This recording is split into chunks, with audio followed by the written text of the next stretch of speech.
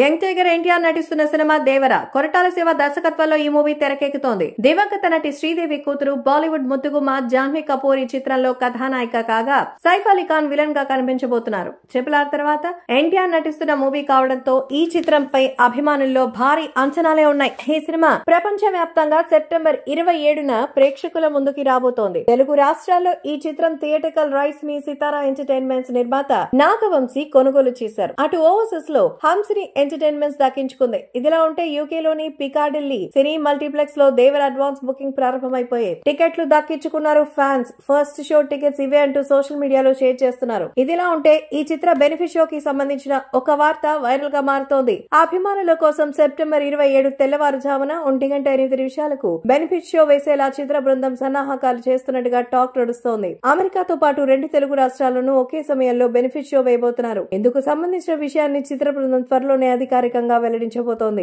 ఇక ఇప్పటికే విడుదల చేసిన ఈ మూవీ ట్రైలర్ కు మరి విశేషమైన స్పందన వస్తోంది. 2 లిరికల్ సాంగ్స్ సైతం రికార్డు స్థాయిలో వ్యూస్ ని సంపాదించిన స్థాయికి మరి తెలిసిందే. కాబట్టి ఎప్పుడెప్పుడు టికెట్స్ సొంతం చేసుకుందామా అని ఎదురు చూస్తున్నారు. అంతేకాకుండా ఇప్పటికే సోలో హిట్ కోసం ఎదురు చూస్తున్నటువంటి మన తారక అభిమానులు మాత్రం భారీ రేంజ్ లో హిట్ సొంతం చేసుకోవడం పక్కా అంటూ చెప్తున్నారు. సో RRR సినిమాతో వచ్చినటువంటి సక్సెస్ ని షేర్ చేసుకోవడంతో మరి ఎన్టీఆర్ ఫ్యాన్స్ కాస్త ఫీల్ అయ్యారు. అందుకే ఈసారి మాత్రం దేవర ఇరకదీస్తుందని ఇప్పుడు అడ్వాన్స్ బుకింగ్ ద్వారా వచ్చినటువంటి విషయాలు చూస్తేనే అర్థమవుతోంది.